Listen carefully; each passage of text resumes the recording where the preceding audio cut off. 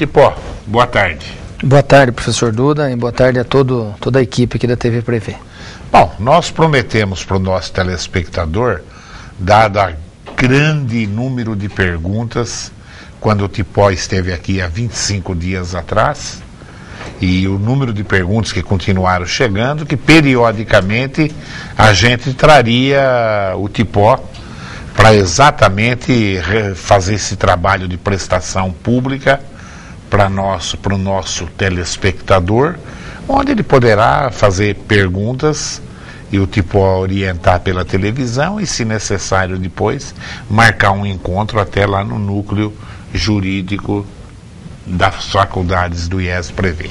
Mas antes de entrar até em Previdência Social, eu quero anunciar, até porque saiu no Diário Oficial na quinta-feira, a nota fantástica que a nossa Faculdade de Direito conseguiu no MEC, do reconhecimento da nossa faculdade, nota 4 em Direito, é uma nota quase inédita, reservada só às grandes escolas públicas.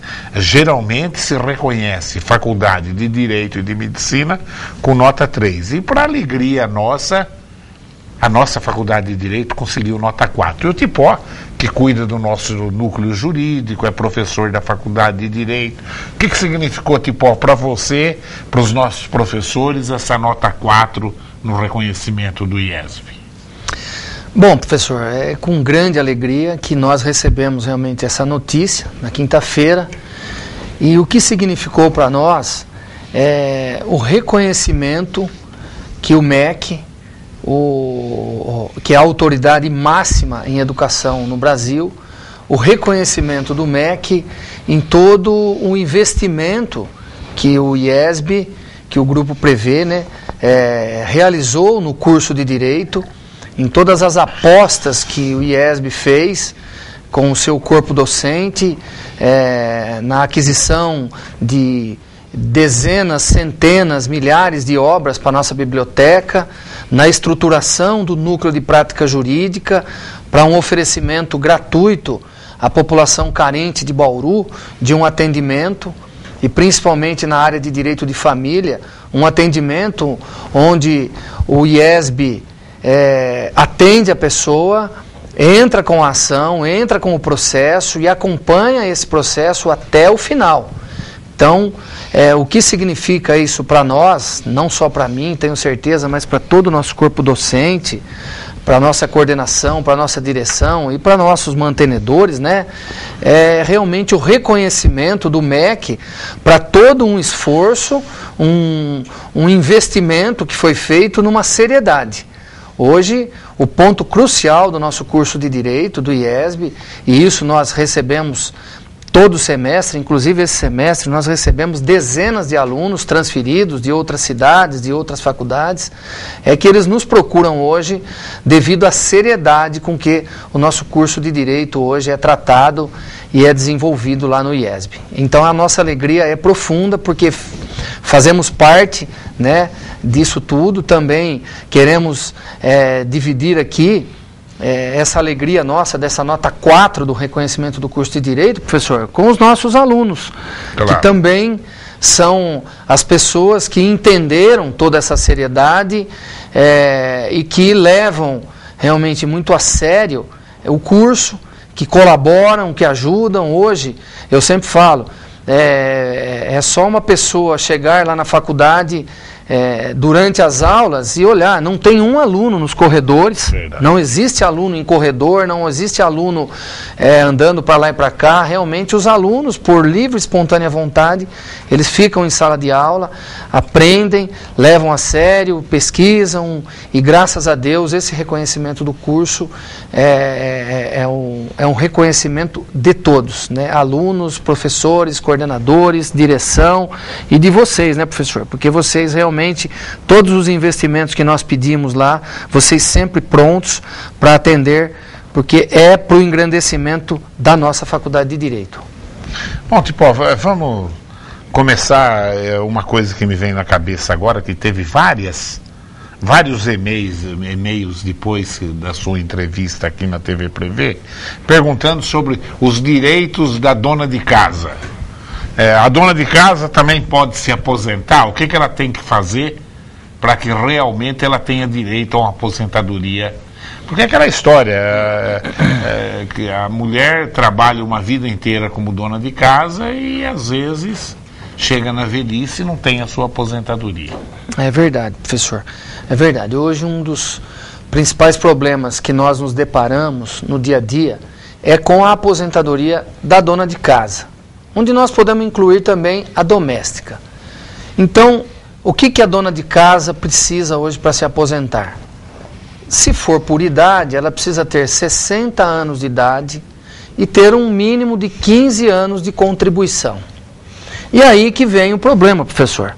Foi o que o senhor falou. Ela a vida inteira se dedicou aos filhos, se dedicou a cuidar da casa, e a idade foi chegando e a situação financeira do esposo muitas vezes não permitia que ela contribuísse, e hoje ela chega aí por volta de 55 anos, 60 anos de idade, e muitas vezes sem nenhuma contribuição. O que é preciso fazer? Primeiro, precisa se verificar se essa dona de casa, lá atrás, se ela não trabalhou sem registro em carteira. De repente ela trabalhou sem registro em carteira quando ela era mais jovem, na sua mocidade, na sua juventude, e isso, às vezes, existem algumas provas que são possíveis de ser buscadas e de hoje chegarmos a um tempo de contribuição dela suficiente para se aposentar. Então é possível? É possível, desde que ela consiga comprovar com o mínimo de documentos, que lá atrás, em qualquer parte da vida dela, em qualquer período da vida dela, ela trabalhou sem registro em carteira por um período mínimo de 15 anos. Agora, muitas vezes, professor, essas provas que ela trabalhou ficaram perdidas no tempo. Ela não consegue buscar essas provas. E aí vem uma orientação que a gente precisa, é a nossa obrigação, orientar a dona de casa. Na pior das hipóteses, ela deve começar a contribuir agora. Ela pode contribuir como facultativa, que é uma categoria de contribuinte, onde ela só vai pagar 11% do salário mínimo nacional, do piso nacional. 11%, que hoje gira em torno aí de R$60 por mês. Então, se ela pagar esses 11%, começando agora, ela no mínimo, professor, ela vai estar se preparando para um momento talvez até mais difícil do que a velhice. Porque hoje, graças a Deus, uma grande parcela, a grande maioria, chega à velhice com qualidade de vida, com saúde. Mas ela vai se preparar para um momento que, de repente, nós não sabemos no nosso dia de amanhã, ela pode vir a ficar doente. E se ela contribuir no mínimo 12 meses, ela já adquire a condição de requerer um auxílio-doença. Por outro lado, ela pode também, eventualmente, estando contribuindo, ela pode, de repente, ficar inválida. Quem é que sabe o dia de amanhã? Vamos sempre falar isso. Ela também terá direito a uma aposentadoria por invalidez. E mais uma, se ela estiver contribuindo com 11% do salário mínimo, e ela falecer antes do esposo, ela vai deixar, professor, uma pensão por morte de um salário mínimo para o seu esposo. Então nós precisamos levar ao conhecimento da dona de casa que se ela nunca contribuiu na vida, ela pode começar a contribuir agora. E isso vai ser um seguro para a família.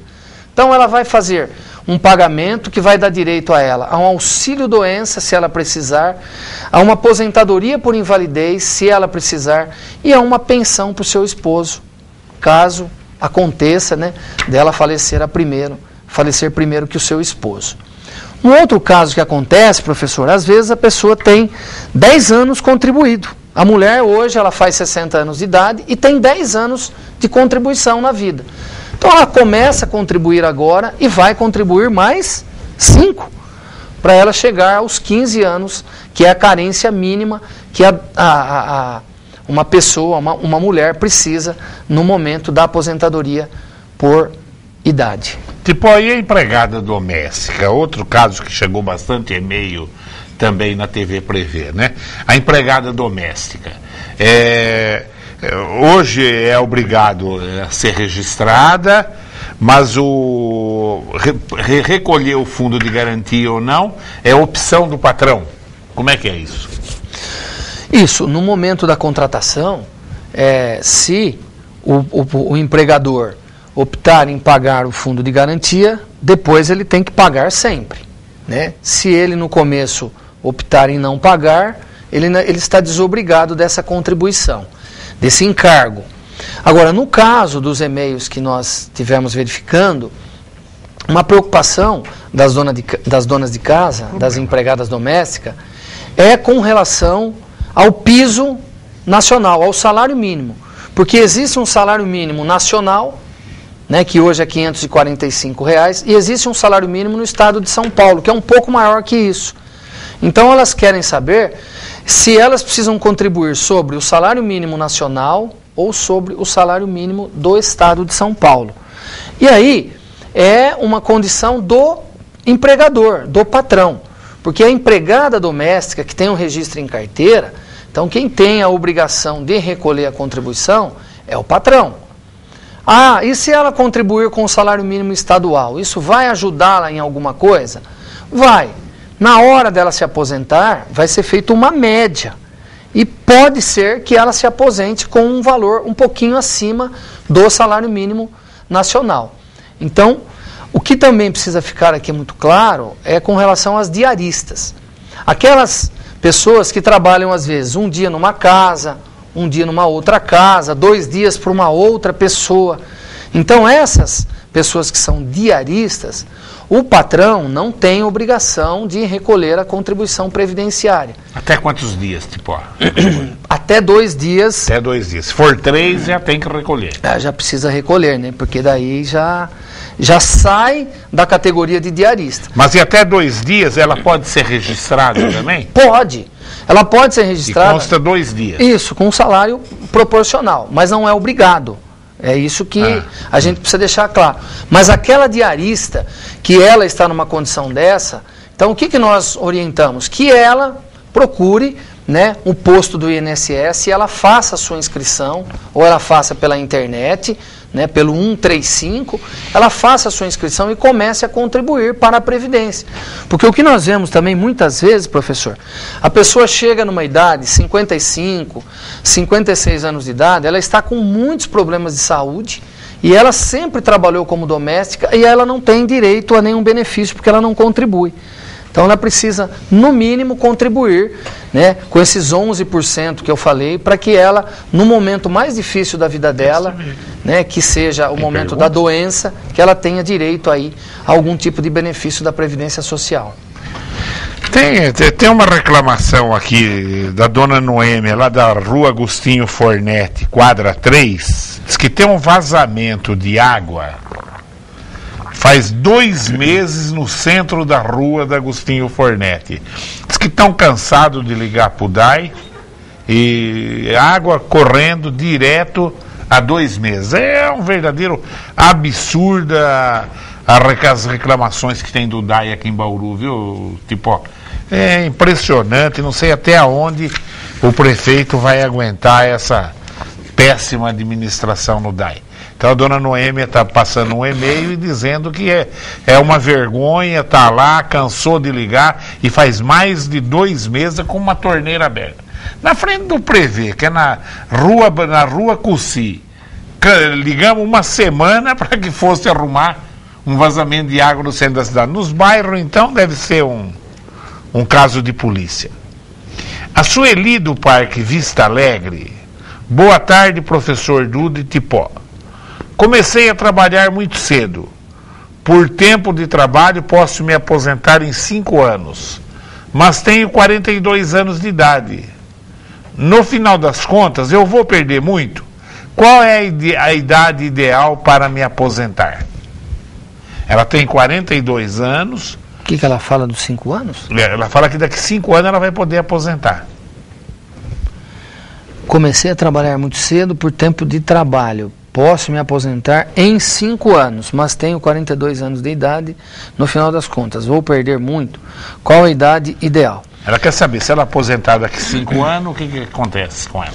Bom, Sueli, o que acontece hoje existe um fator previdenciário que é crucial no momento da aposentadoria.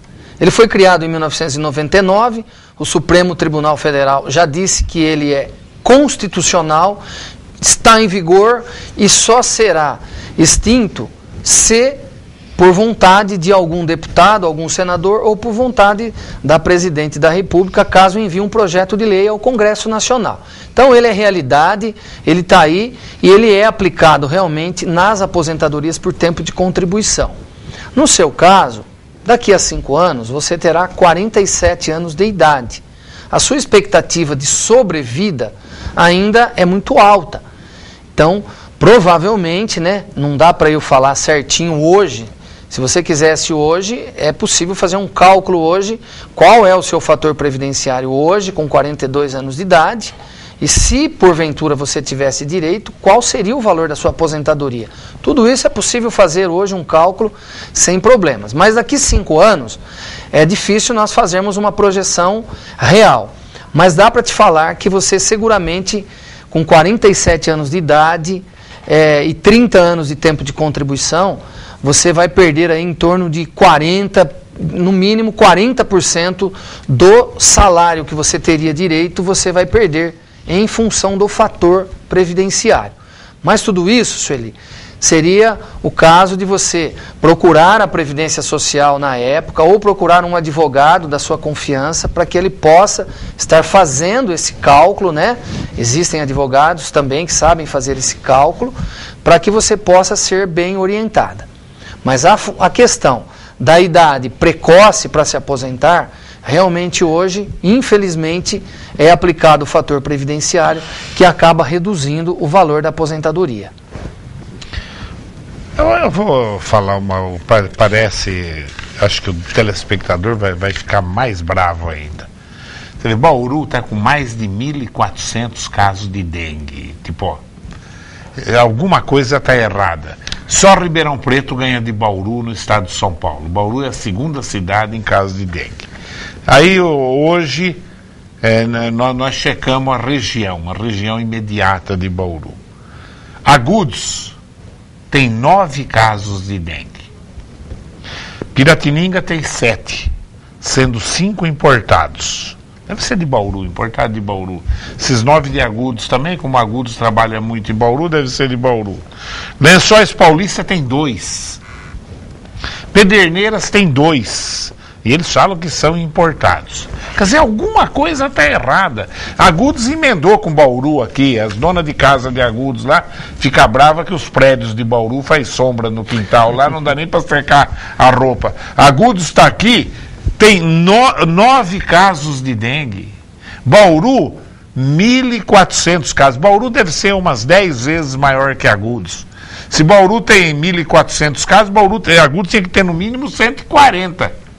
Alguma coisa está errada. Ou a população de Bauru não está tomando os devidos cuidados, ou não está motivada para tomar esses cuidados, né?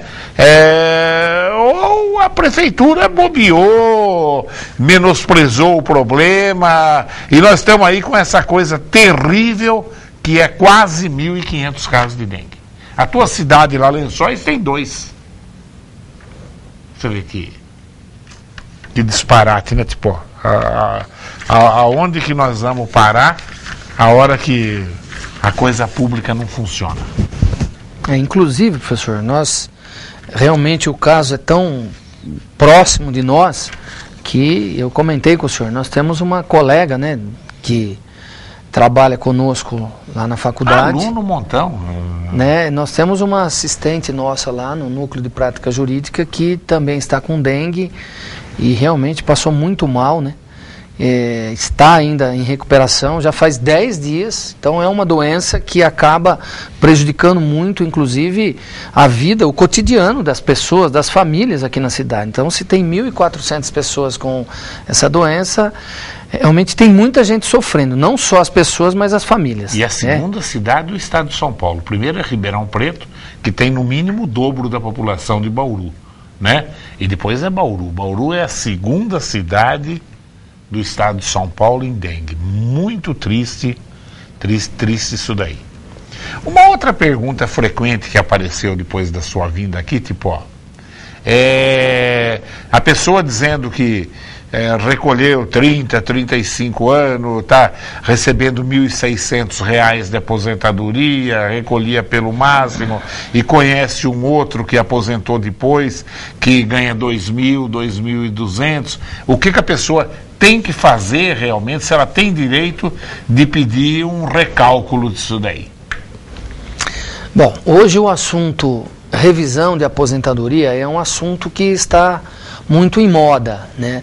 Está borbulhando realmente nos meios jurídicos aí, nos fóruns,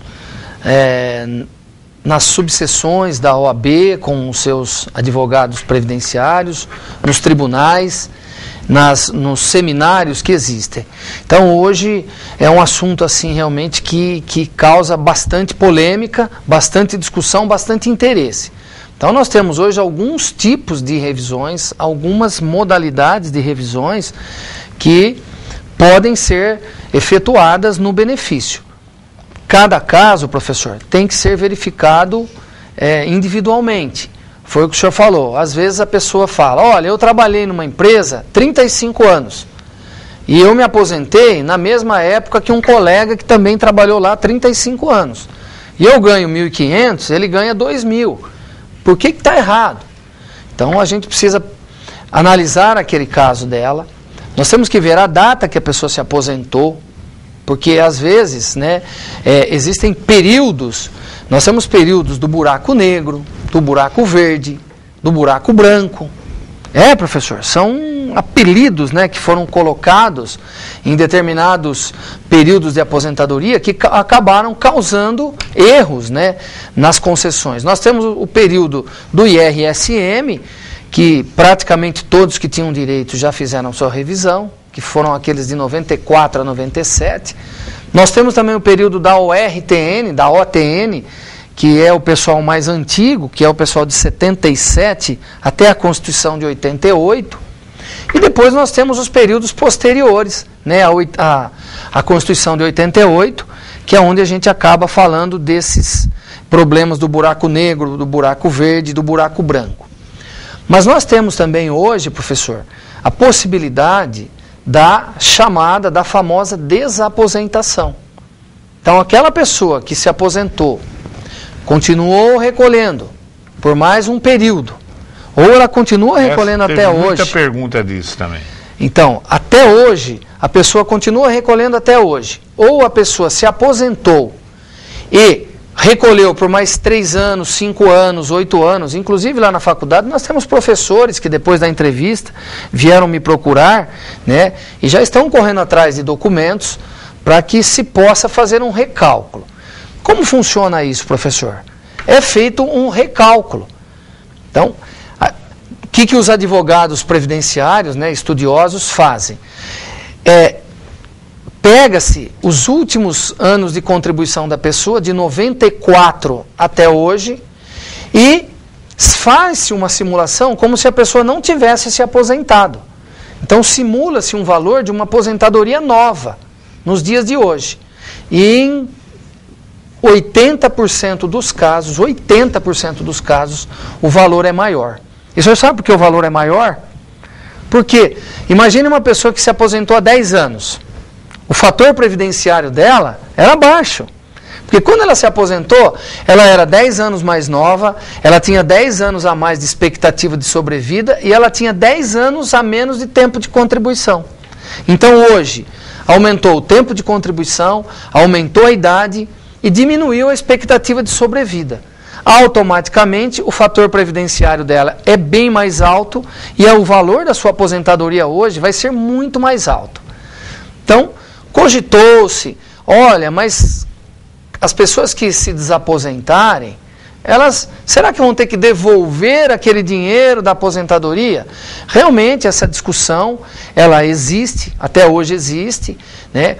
Mas nós temos um voto já do ministro Marco Aurélio de Mello, do Supremo Tribunal Federal, que ele é o relator do processo que está lá, e ele é favorável à desaposentação sem que haja qualquer devolução de qualquer dinheiro. Seria, na realidade, professor, um recálculo, sim, porque se as contribuições, só para eu finalizar, se a pessoa se aposenta, professor, e ela é obrigada a continuar recolhendo, ela recolhe a parte dela, a empresa vem e recolhe a parte da empresa, e essa contribuição não serve para praticamente mais nada, somente serve para fins de salário família e para fins de reabilitação profissional.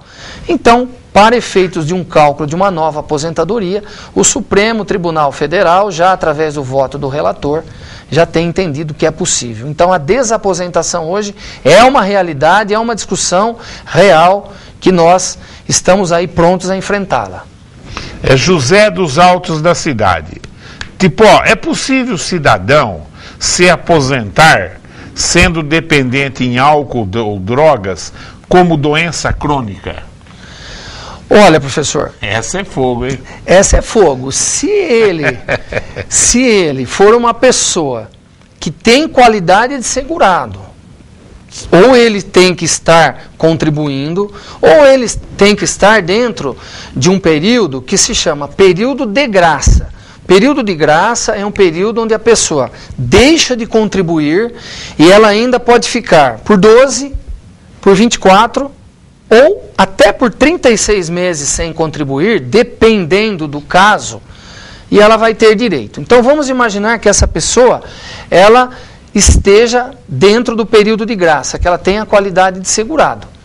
Uma pessoa que usa drogas, ou uma pessoa que é dependente de álcool, se essa dependência causar uma debilidade física, uma doença física nela, é claro que ela vai ser submetida a uma perícia médica, e se a perícia médica do INSS ou se a perícia médica do juízo, porque muitas vezes o INSS nega, professor, e a pessoa precisa se recorrer, né, ela precisa se socorrer, perdão, ao judiciário. Porque quem diz a palavra final no Brasil, graças a Deus, é o Poder Judiciário. Então, dependência em droga, dependência em álcool, se isso causar uma impossibilidade de trabalhar, possivelmente a perícia médica irá reconhecer o direito e a pessoa vai ter direito a esse benefício. Tudo isso tem que depender de cada caso. A coisa é complexa. Edson do Parque São João. Gostaria de saber o seguinte: fiz cirurgia nos 2 joelhos e as lesões continuam. Só que o INSS cancelou o benefício alegando que tenho condições de trabalhar. Só que eu não consigo. O que eu posso fazer para adiantar essa questão? Já que entrei com advogados e processo. Então, ele já entrou com o processo lá. Então, o que precisa ser verificado junto ao advogado dele é se realmente o processo já andou, se já foi marcado perícia, porque foi exatamente o que eu falei na pergunta anterior. O INSS, ele tem os seus peritos que fazem a perícia no segurado e reconhecem ou não o direito. Então, como a Previdência Social ela é regida pelo direito administrativo, e o direito administrativo e a nossa Constituição Federal diz que todos os atos da administração pública podem ser revistos pelo judiciário, foi o que eu disse.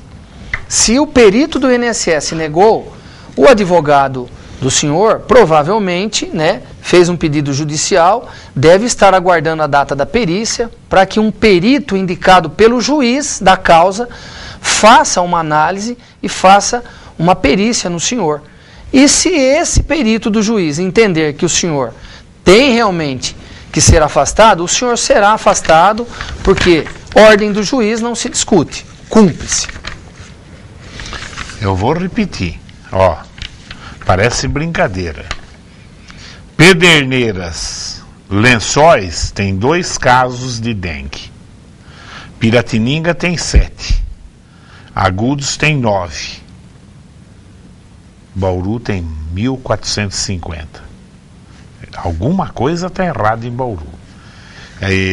Lá no Samambaia, que tem mais de 100 casos, o próprio doutor Fernando Monte me falou, na pesquisa que eles fizeram, a grande criadouro de dengue no Samambaia são pessoas que têm piscina e não tratam piscina. Piscina você tem que colocar cloro um dia sim, um dia não. Ou pôr aquelas pedras de cloro que fica na água direto.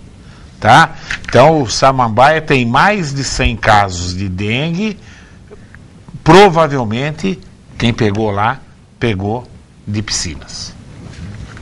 Absurdo, eu fico louco da vida. 2 casos, 2 aqui vizinho e aqui 1.400. Alguma coisa tá.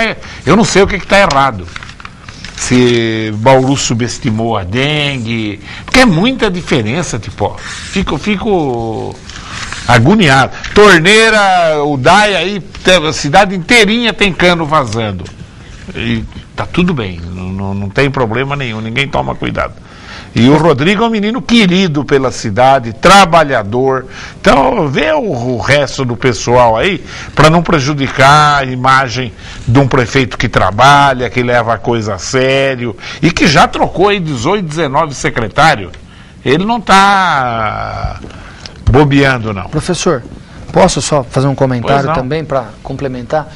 Nós fomos procurados no Núcleo de Prática Jurídica no sábado, por uma pessoa, né, um cidadão, inclusive de conhecido nosso, tudo, que ele recebeu o pessoal da dengue, agora, recentemente, aqui em Bauru, na sua casa, eles foram lá fazer uma vistoria, e ele disse o seguinte: olha, eu gostaria que vocês também vistoriassem o terreno ao lado, que está cheio de entulho, claro, que aí deve ser um grande criadouro do mosquito, e, segundo ele, né, o pessoal da dengue não foi muito receptivo a essa conversa e acabou chegando numa discussão ali, e o caso foi parar até numa delegacia de polícia aí, e nós estamos agora, vamos dar uma assistência para ele. Então, realmente, o que precisa ser verificado, o senhor falou, o que está acontecendo, e também esses terrenos baldios, as pessoas que são proprietárias também. Uma tampinha vira criador de dengue, criador, uma tampinha ali com um pouquinho de água,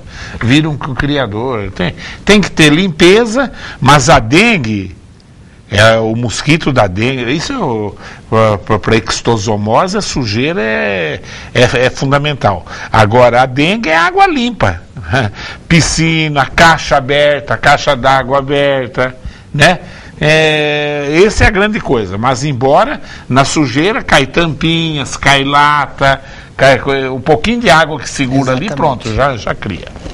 A última pergunta, quem está fazendo é o Luiz Tadeu. Eu me aposentei há 15 anos e agora pedi uma revisão, e foi constatado que o INSS computou 3 anos a mais na época. Seria o caso de devolução? O Tadeu rápido no gatilho, hein? Isso daí, seu Tadeu, realmente é um problema muito sério. Às vezes as pessoas, elas vão pedir uma revisão e pensam que tem direito a uma revisão. Às vezes tem, às vezes não tem. E em alguns casos, quando a pessoa pede uma revisão, o INSS revisa. Ele vai olhar todo o processo concessório. E no caso do senhor, pelo que o senhor está dizendo, o INSS constatou que foi computado 3 anos de serviço a mais para o senhor. E o que esses 3 anos deve ter ocasionado? Uma renda mensal maior para o senhor. Claro, maior tempo de serviço, maior o fator previdenciário do senhor, então maior a renda. Provavelmente o INSS vai pedir para o senhor devolver o dinheiro que o senhor recebeu a mais. Só que aí existe um instituto, que é o Instituto da Prescrição e da Decadência. O senhor precisa procurar um advogado, né, que aqui em Bauru eu sempre falo, tem excelentes profissionais, procurar um advogado previdenciário, porque já se passaram mais de 10 anos. E a partir do momento que se passam 10 anos, e nós temos um entendimento também que em alguns casos são 5 anos, o INSS não pode mais revisar esse benefício para menor. Até porque, professor Duda, nós temos um princípio no direito que chama-se o princípio da segurança jurídica. É o princípio que está lá esculpido lá no artigo 5º, inciso 36 da Constituição Federal, que diz: a lei não prejudicará o direito adquirido, o ato jurídico perfeito e a coisa julgada. Então, se há 15 anos o INSS disse que o senhor tinha 3 anos de serviço a mais, hoje ele não pode, depois de passados mais de 10 anos, ele não pode hoje dizer que ele errou. Ele tinha direito de dizer que ele errou, mas ele tinha um prazo para fazer isso. Porque nós precisamos ter uma segurança nas relações jurídicas que ocorrem no Brasil. Então, o senhor disse se é caso de devolução. Provavelmente o INSS vai rever essa renda do senhor e vai descontar no valor do benefício do senhor, por quanto tempo for necessário, esse valor que o senhor recebeu a mais. Mas eu oriento o senhor a procurar um advogado especialista, porque eu não vou dizer que é 100% de certeza, mas muito provavelmente o judiciário não vai permitir que essa devolução ocorra pelo Instituto da Prescrição e Decadência. Tipo, mais alguma coisa? Olha, professor, eu só tenho a agradecer ao senhor, né? E eu disse, são muitos os assuntos, né? Inclusive nós tivemos aí uma pergunta antes do programa aqui a respeito das contribuições do empregador, a respeito do SAT, né? Que é o Seguro de Acidente do Trabalho. Como que os empregadores eles podem fazer para diminuir essa contribuição, que ela é 1%, 2% e 3%. E de acordo com o fator acidentário previdenciário, essa contribuição pode se transformar em 2%, 4% e até 6%. Então, além dos assuntos relacionados às pessoas que querem se aposentar, revisar o seu benefício, também inúmeras são as perguntas a respeito também dos empregadores, aqueles que sofrem no seu dia a dia para recolher as suas contribuições, como fazer também para reduzir. Então, espero numa outra oportunidade, né, podermos aí abordar outros assuntos, até se o senhor quiser, a gente pode estar abordando aí assuntos relacionados aos empregadores, né, aos empresários que também estão aí muitas vezes pagando uma contribuição além do que eles devem pagar, né, e podemos também estar respondendo a outras questões aí de interesse da localidade. Tipo, tá bom? Obrigado pela presença, viu? Eu é que agradeço mais uma vez a oportunidade aí e um grande abraço aí ao povo de Bauru e toda a região. Vamos acabar com a dengue? Vamos acabar. Vamos fazer a nossa parte e exigir que a prefeitura faça a parte dela. Impressionante, eu não acredito. A hora que eu olho no Lençóis 2 casos, Agudos 7 casos, 9, Piratininga 7, Pederneiras 2, alguma coisa está errada. Bauru 1450. Para com isso. Que história é essa? E continue ligado aí nos horários alternativos da TV Prevê.